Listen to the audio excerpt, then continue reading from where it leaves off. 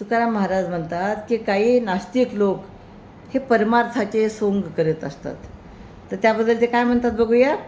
न मनी नाम न मनी त्यासी वाचाळ शब्दपीठी भासी भाव नाही काय मुद्रावाणी बैसे बगळा निश्चळ ध्यानी नाही चाड देवाची काही छळन टोके तस्कर घाई तुका म्हणे त्याचा संग नको शब्द स्पर्श अंग. जो हरिनामच मानत नाही मी सुद्धा त्याला मानत नाही. म्हणजे जो हरिनामाला मानत नाही, हरिनामाचं नामस्मरण करत नाही, त्याला मी सुद्धा मानत नाही. त्याच्या वाचाळ शब्दाला कोण किंमत देतो. त्याच्या अंतकरणामध्ये देवाविषयी भक्तिभावच नाही. तो मनुष्य केवळ ध्यानाला बसण्याचे सोंग करतो आणि ध्यानमुद्रा लावून शांत बसून असतो.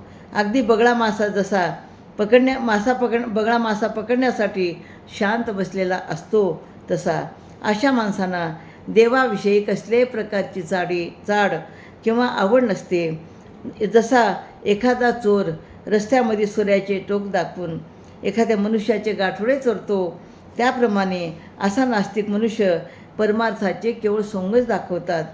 ते केवळ विषयाचे सुख भोगण्यासाठी हे काम सगळे करत असतात, दिखावा करत असतात. तुकाराम महाराज म्हणतात अशा मनुष्याचा संग काय, परंतु त्याच्या अंगाचा स्पर्श एवढेच नव्हे तर त्याचे बोललेले शब्द देखील माझ्या कानी पडू नयेत असे या ठिकाणी म्हणतात. रामकृष्ण.